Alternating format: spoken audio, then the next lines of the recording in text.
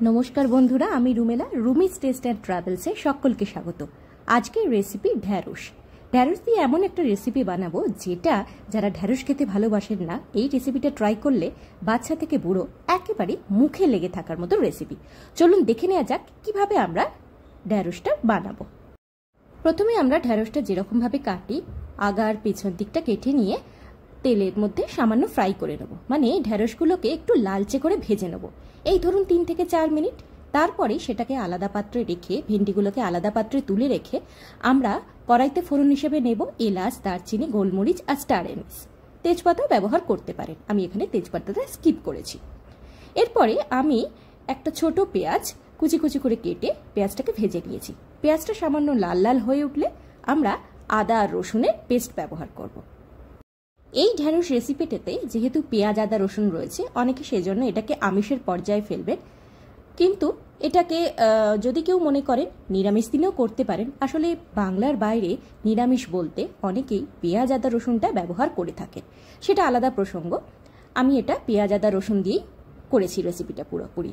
এরপরে একটা টমেটোকে ছোট ছোট করে কেটে, এখানে টমেটো পিউরি ব্যবহার করব না, ছোট টমেটোকে একটু ছোট্ট ছোট্ট করে কেটে সেটাকে ভেজে নেব। টমেটোর পরে অবশ্যই আমাদের কি দিতে হয়, নুন। আমরা সবাই জানি নুনটা ভালো করে দেওয়ার কারণ এটাই যে টমেটোটা ঠিকঠাক সেদ্ধ হবে। এরপরে আমি 10 থেকে 12টা কাজু বাদাম গরম জলে ভিজিয়ে রেখেছিলাম, সেই কাজু বাদামগুলোকে গরম জল থেকে তুলে পেস্ট করেছি। সেই কাজু বাদামের পেস্টটা আমরা টমেটোর পরপরই, মানে টমেটোটা নুন দিয়ে ভালো করে সেদ্ধ হওয়ার পরপরই আমরা দিয়ে দেবো। এরপরে ব্যবহার করব জিরে ধনে গুঁড়ো আর হলুদ, যেটা আমরা অ্যাজ ইউজুয়াল যে কোনো কারিতেই ব্যবহার করে থাকি। মশলাটাকে ভালো করে কষাতে হবে, আর কাজু যেহেতু আছে সেই কারণে আঁচটাকে একটু ধিমে করে দিতে হবে, না হলে কিন্তু কাজু বাদামের পেস্টটা কড়াই লেগে গিয়ে পুড়ে লাগার একটা সম্ভাবনা থাকে। আর এই সময় কিন্তু ক্রমাগত নেড়ে যেতে হবে কাজু বাদাম পেস্টটা দিয়ে দেওয়ার পর। সমস্ত মশলাগুলো ভালো করে মিশে যাওয়ার পর একটু তেলটা ছাড়তে ছাড়তে লাগবে, ঠিক সেই সময় কিন্তু আমরা ভেজে রাখা যে ভেন্ডিগুলো আলাদা পাত্রে তুলে রেখেছিলাম সেগুলো দিয়ে দেবো। আর এই সময় খেয়াল রাখবেন যাতে পুড়ে লেগে না যায়। যদি মনে হতে পারে সামান্য একটু জল ব্যবহার করতেও পারেন, কিন্তু এই সময় বেশি জল দেওয়ার প্রয়োজন নেই। ভেজে রাখা ভেন্ডিগুলো মশলার সাথে ভালো করে মিশিয়ে নিতে হবে 3 থেকে 4 মিনিট পর্যন্ত সময় নিয়ে। তারপরেই আমরা সামান্য একটু জল দিয়ে ঢাকা দিয়ে রাখবো।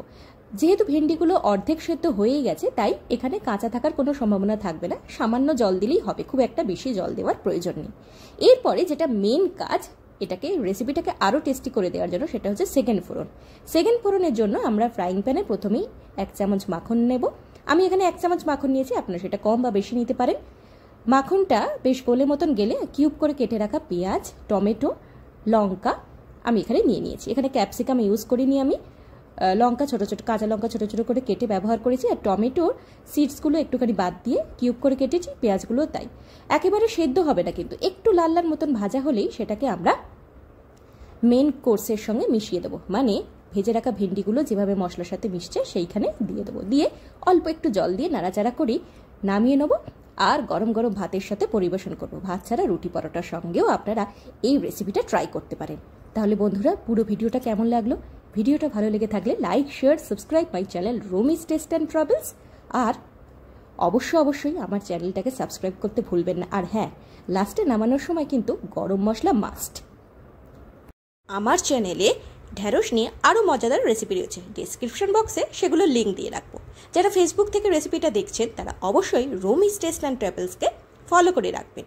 সকলে ভালো থাকুন, সুস্থ থাকুন।